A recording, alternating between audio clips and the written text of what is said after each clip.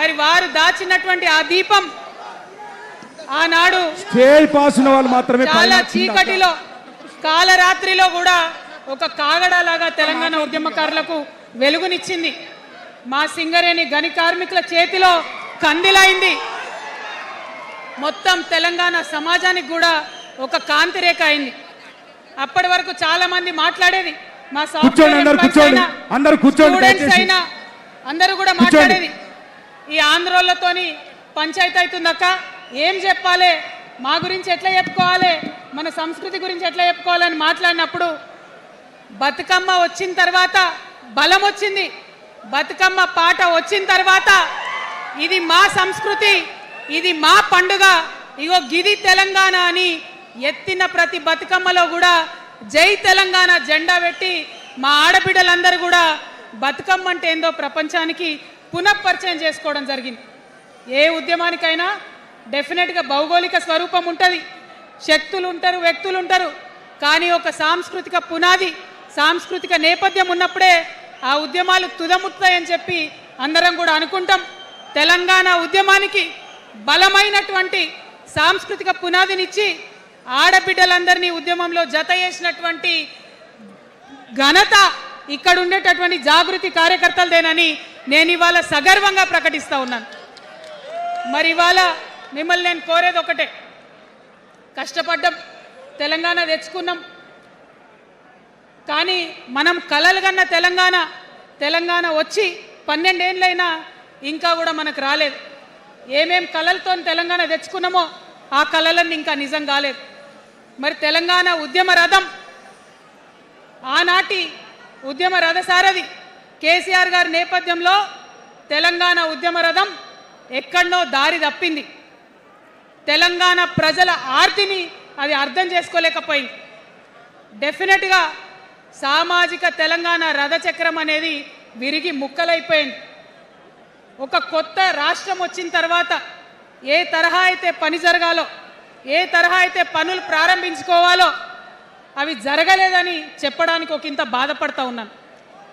ఆనాడు ఏమనుకున్నాం, తెలంగాణ రాష్ట్రం వస్తే మనందరి బానిస సంఖ్యలు పోతాయి అనుకున్నాం, కానీ రైతులకు బేడీలు పడ్డాయి, ఇసుక దందా మీద ప్రేమతోని నేరెళ్ళల దళితులకు దెబ్బలు పడ్డాయి, చావులైనాయి.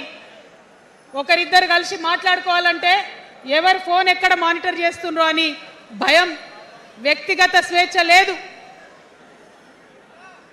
దారుణమైనటువంటి నిఘా నీడలో తెలంగాణ అంతా కూడా బతికింది. ఇది వాస్తవం. మనం అనుకున్న కలల తెలంగాణ రాలేదన్నది ముమ్మాటికి వాస్తవం. మరి అటువంటి సందర్భంలో నేను ఇవాళ మీ అందరికి ఒక మాట చెప్పాలి.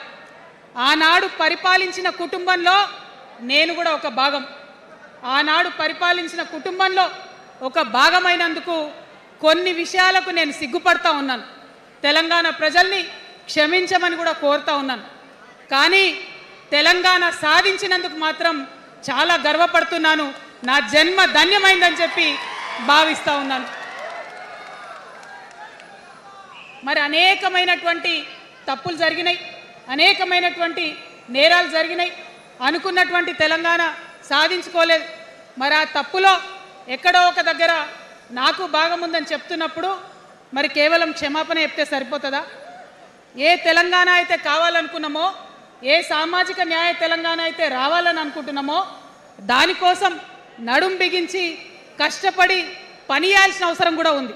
మరి ఇవాళ పని చేయడం కోసమే తెలంగాణ రాష్ట్ర సేన ఇవాళ తెలంగాణ ప్రజల ముందుకు వచ్చింది. రేపటి నుంచి మీరు చూస్తారు మా పని ఎట్లుంటుందో, మా పనితీరు ఎట్లుంటుందో. ఎందుకంటే ఏ పోరాటం చేయాలన్నా, ఏ ప్రజలకు మంచి చేయాలన్నా కేవలం కొట్లాడితే సరిపోదు, దానికి రాజకీయ అధికారం కూడా ఉండాలి. రాజకీయ అధికారం తోడైనప్పుడే ప్రజలకు చేయాలనుకున్న మంచి చేయగలుగుతాం. అందుకే ఇవాళ పార్టీ పెట్టేది. అదర్వైజ్ గత 11 నెలల నుంచి తెలంగాణ జాగృతి చేస్తున్న పోరాటాలు మీరు చూస్తున్నారు. ఎన్ని పోరాటాలు తీసుకున్నాం, ఎన్ని రకాలుగా సక్సెస్ సాధించడం మీరు చూసిండ్రు. కానీ ఉట్టి పోరాటాలు సరిపోవు, ఖచ్చితంగా రాజకీయ అధికారం ఉండాలి. దానికోసమే ఇవాళ తెలంగాణ రాష్ట్ర సేన మీ ముందుకు వచ్చిందని చెప్పి నేను సగర్వంగా ప్రకటిస్తూ ఉన్నాను. మరి ఈ పొలిటికల్ పార్టీ ఏదైతే తెలంగాణ ప్రజల కోసం వచ్చిందో అది టెక్నికల్గా అధికారం తెచ్చుకోవడానికి ఎన్నికల్లో పాల్గొనడానికి డెఫినెట్గా బాగుంటుంది, కానీ దానికి ఒక ఆత్మ ఉండాలి, దానికి ఒక నేపథ్యం ఉండాలి. ఇవాళ బీఆర్ఎస్తో అదే కదా ప్రాబ్లం. టెక్నికల్గా బాగున్నారు, ఎలక్షన్ పోతున్నారు, సీట్లు గెలుస్తున్నారు, కానీ తెలంగాణ ఆత్మను కోల్పోయినారు. కాబట్టే ఇవాళ తెలంగాణ రాష్ట్ర సేన వచ్చింది. నేను తెలంగాణ ప్రజలందరికీ చేతులు జోడించి నమస్కరించి ఒక మాట చెప్తున్నా, హార్ట్ఫుల్గా చెప్తున్నా, నా హృదయాంతరాల నుంచి ఒక మాట చెప్తా ఉన్నా. నేను తెలంగాణలో ఉన్న 3.5 కోట్ల మంది తెలంగాణ బిడ్డలందరికీ ఒక